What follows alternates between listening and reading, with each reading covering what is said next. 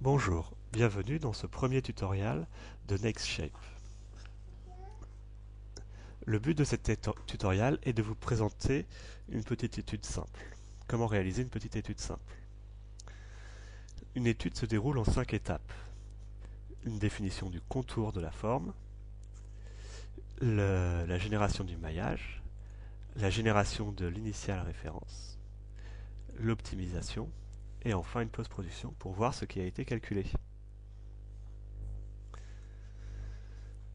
Donc, vous verrez dans chacun de ces onglets, il y a des actions qui sont plutôt bleues, donc quasiment indispensables à faire, et des actions oranges qui sont d'un niveau un peu plus élevé, qui feront l'objet d'une autre présentation.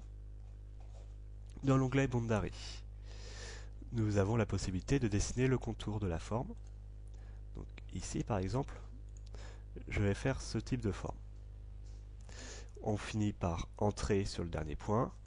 On peut finir en cliquant ici, ou on peut finir en appuyant sur échappe. Ici, j'ai appuyé sur échappe. Donc c'est enregistré dans un système de calque différent.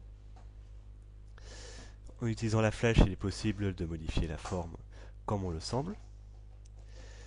Ce type de forme n'est pas acceptable. Il faut que la forme ne se croise pas. Donc il vaut mieux rester sur ce type de forme. Deuxième onglet. Maintenant que nous avons dessiné le contour, nous allons voir le Mesh Generation.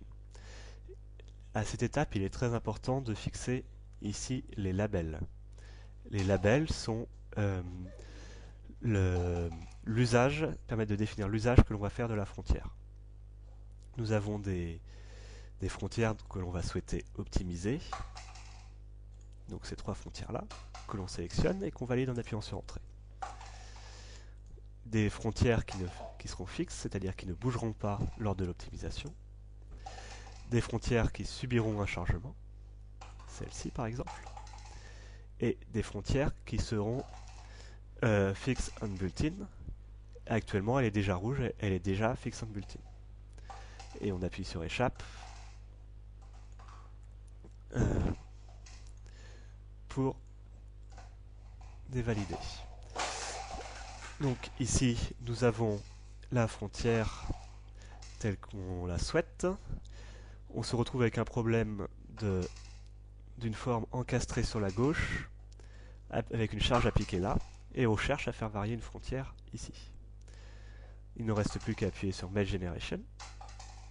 Donc automatiquement, le layer qui avait été sélectionné était le bon, et ça génère un nouveau maillage. Dans Initial Référence, automatiquement le dernier maillage généré est sélectionné. Il ne suffit de faire Compute Référence, et on voit une nouvelle référence apparaître ici. Il est possible de l'éditer en choisissant d'augmenter ou de diminuer le volume, ou en changeant à la main les valeurs de résistance par rapport à la verticale et résistance par rapport à l'horizontale. Plus la valeur est faible, plus la forme résistera. Ici, on ne le fera pas. Maintenant, on va dans l'onglet Optimisation. Le dernier maillage a été sélectionné, la dernière référence a été sélectionnée.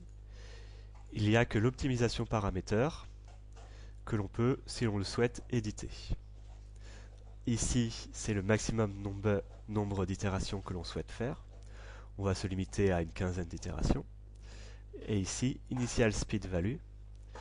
Donc on va plutôt choisir de l'ordre de 1, sachant que plus ça va vite, moins on a d'itérations, mais plus on a des risques d'aller dans la mauvaise direction. Et finalement, c'est comme en voiture. Si on va trop vite, on se plante, mais si on va pas assez vite, on n'avance pas. Donc là, on fait Create New and Close, et on voit qu'un nouveau paramètre d'optimisation s'est créé. Il ne nous reste plus qu'à lancer l'optimisation. Vous voyez la fenêtre apparaître indiquant que le code est en train de tourner.